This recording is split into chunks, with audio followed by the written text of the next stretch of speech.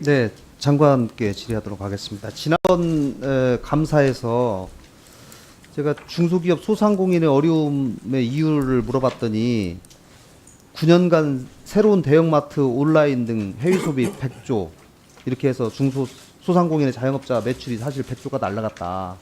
이렇게 말씀하시면서 그럼 대책이 뭐냐 그랬더니 인터넷 쇼핑 대형마트가 늘어나는 상황에서 중소기업 소상공인 성장에 한계가 있고 여기에 보조를 맞춰야 한다고 하기 때문에 생계형 적합업종 있지만 또 현재 시스템으로는 거대한 흐름을 막기 어렵다 이렇게 답을 하셨어요. 네, 그렇습니다. 예, 그렇죠. 근데 이제 저는 이 지금 거대한 흐름을 이기기 어렵다라고 말씀하시는 거는 저는 장관으로서는 좀 적절하지 않다. 왜냐하면 이런 어려움이 있지만 그래도 우리가 어떻게든지 극복을 한번 해보겠다, 노력하겠다, 많은 네, 대책을 만들겠다는 해보겠다, 겁니다. 네. 이렇게 하는 건데 예를 들면은 온라인 중심으로 소비 방식이 바뀐다면 중소기업이나 소상공인들이 판로를 온라인 쪽으로 할 수 있도록 맞습니다. 하고 네. 또 대형마트가 늘어난다면 대형마트에다가 중소기업 소상공인 상품 어떻게 론칭시킬 것인지 맞습니다. 네. 뭐 전통시장 접근성이 떨어진다면 뭐 예를 들면 지금 하고 있는 주차장 개선 사업이라든가 이런 것들 어떻게 더 할지 이런 것들을 좀 해줘야 된다라는 얘기인데 이제 지금 이번에 추경 예산에서도 중소기업 이 중기벤처부에 많은 사업들이 더 추가가 된 건 알고 계시죠? 네, 그렇습니다. 예, 그다음에 또 최근에 목적 예비비까지 풀어가지고 사업들을 많이 했는데 제가 이 목적 예비비 배정된 거 또 추경으로 배정된 것들의 사업들을 좀 보니까 집행률이 사실 너무 낮아요. 그래서 이거는 지금 경제가 어렵다. 또 이런 것들을 대비하기 위해서 추경 예산 편성하고 목적 예비비까지 배정을 했는데 집행률이 제대로 나오지 않는 거는 이거는 특별히 관리가 좀 필요하고 노력이 필요한 겁니다. 예를 들면 청년 재직자 내일 체험 공제 현재 집행률이 21%밖에 안 되고 청년몰 사업도 지금 추경에서 22개를 추가로 지정하기로 했는데 지금 11개밖에 안 됐단 말이에요. 그다음에 전통시장 주차장 환경 개선 사업 추경에서 90억 추가 배정했는데 현재 집행률이 0%입니다. 지금 이런 것들 또 최근에 시흥 유통상가 이 유진기업 사건 좀 아세요? 네, 알고 있습니다. 그렇죠. 네. 그건 어떻게 생각하세요? 저는 이 중소벤처부가 좀 적극적인 대응을 하지 않고 좀 소극적으로 대응하지 않았나라는 제 생각이 좀 들어요. 좀 더 이 소상공인을 보호하기 위해서 중소벤처 믿을 때가 중소벤처부밖에 없을 거 아니겠습니까? 그분들 입장에서는.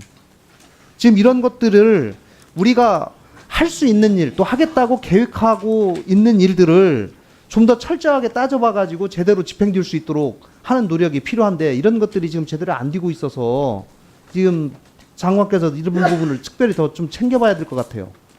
사업들에 대한 집행률. 자, 그 다음에 꼭 다시 한번 챙겨보세요.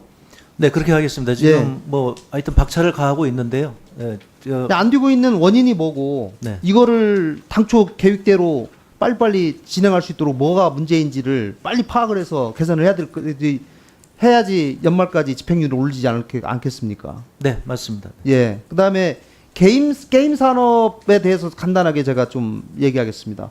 지금 2017년도 게임 수출액이 4조 이렇게 되는데요.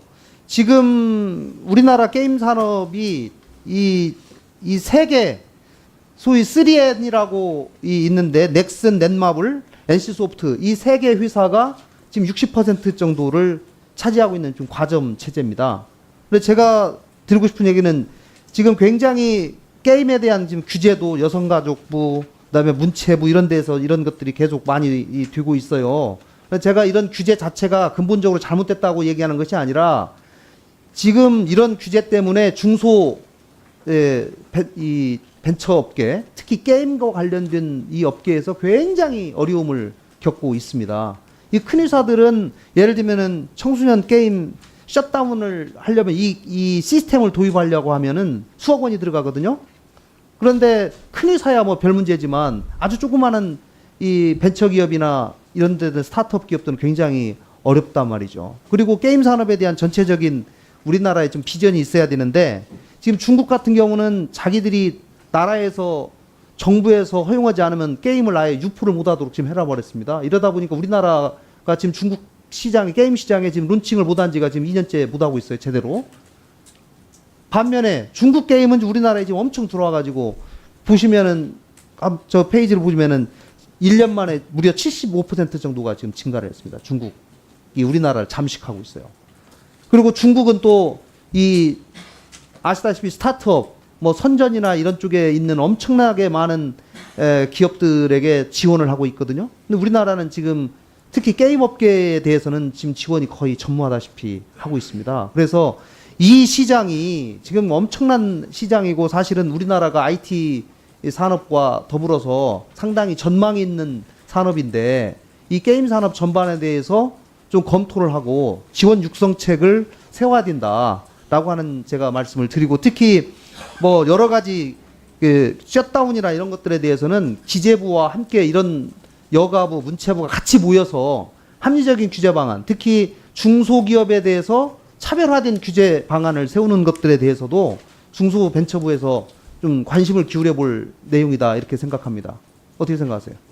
네, 의원님께서 지적해 주셔서 감사드리고요. 게임 산업 다시 한번 제가 되돌아보겠습니다. 그 지금 말씀하신 거에 대해서 뭐 공감을 합니다. 특히 중소벤처 업계에 저는 굉장히 블루오션이라고 생각을 하는데 이 부분에 관해서 정부가 내몰라라고 내박쳐놓고 있는 느낌이 들어서 제가 말씀을 드리는 겁니다. 네, 굉장히 중요한 산업이라고 저희 알고 있습니다. 네. 자, 특허청장께 질의하도록 하겠습니다.